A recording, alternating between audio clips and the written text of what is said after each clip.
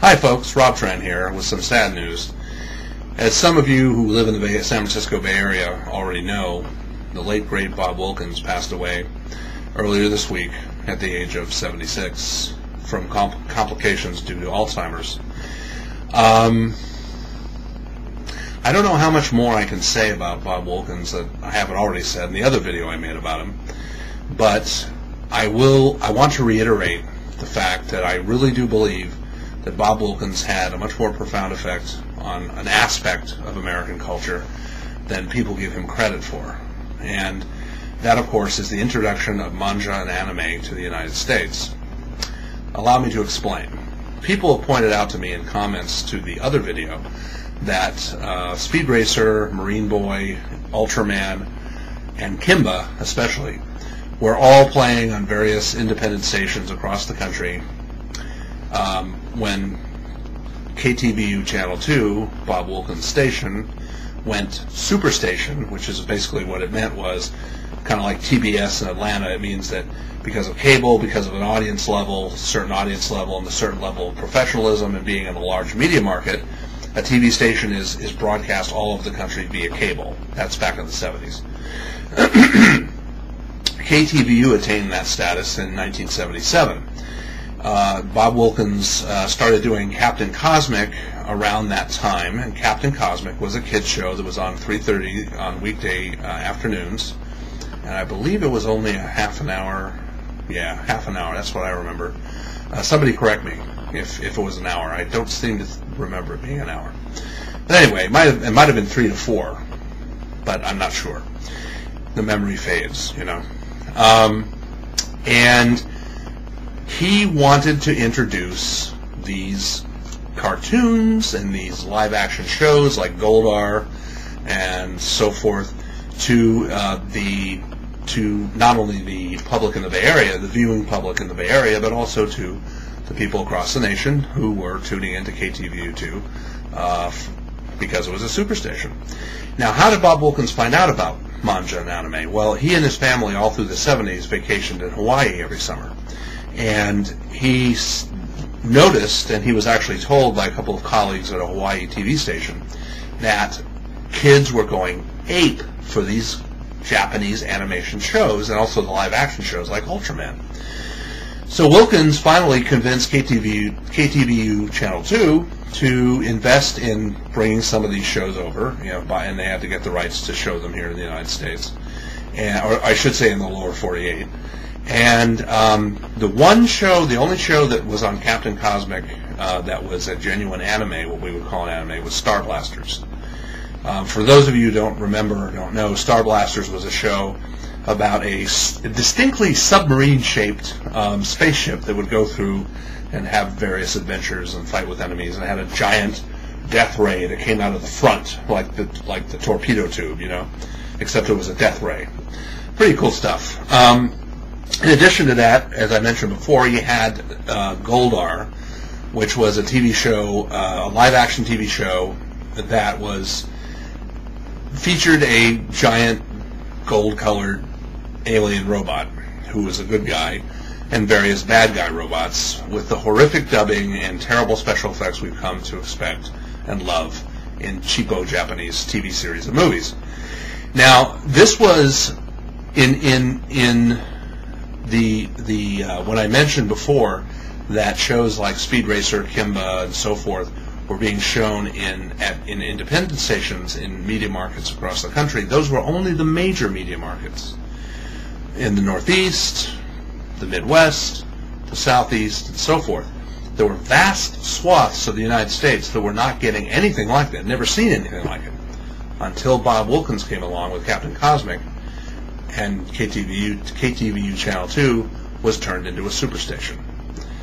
And that's not exactly a profound effect on the culture at large, but in a small niche, Bob Wilkins had a very profound effect. In fact, one could argue a historical effect on entertainment culture here in the United States. And it was a very deliberate act on his part. I don't think that he felt that he was making history or anything like that, but he definitely knew that he was introducing something new and exciting to kids here in the lower 48 of the United States. And for that, I think he should be celebrated. You know, it's kind of a shame. His obituary was published locally, and there was Channel 2, obviously, which is now a Fox affiliate, by the way.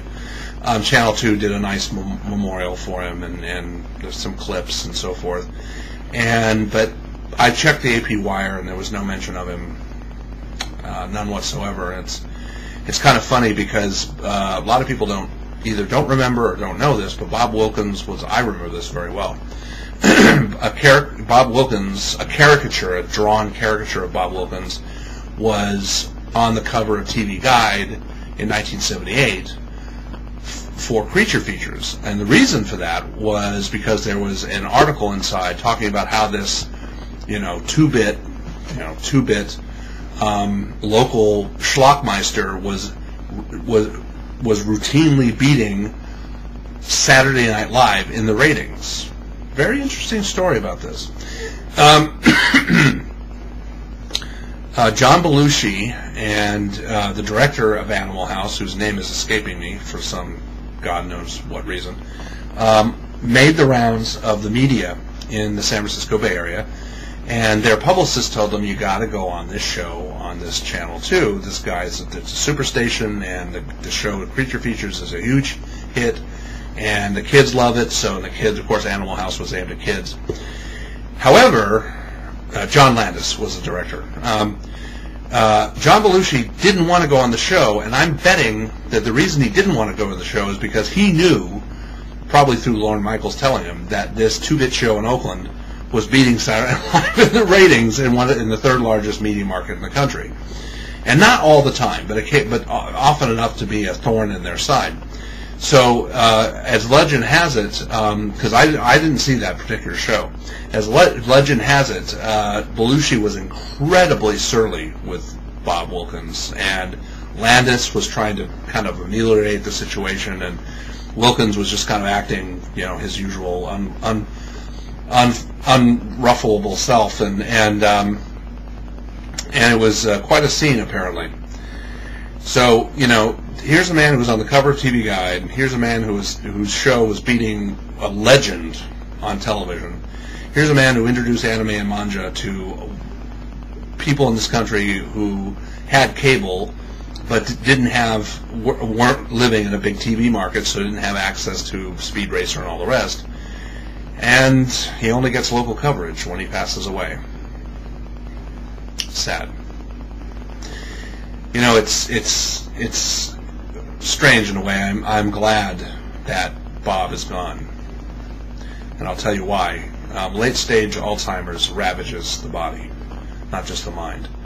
And I believe I know that people with it who have that suffer greatly. And so I'm glad that he's not suffering anymore and that he's at peace.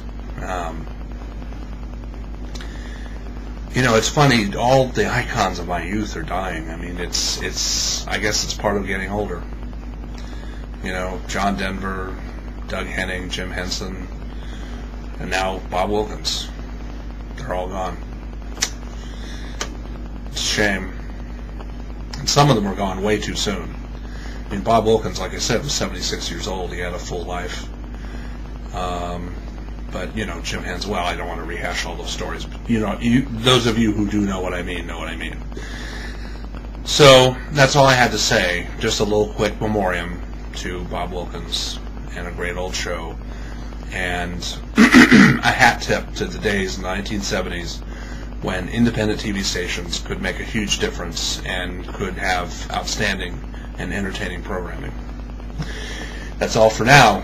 Until the next time. Arrivederci!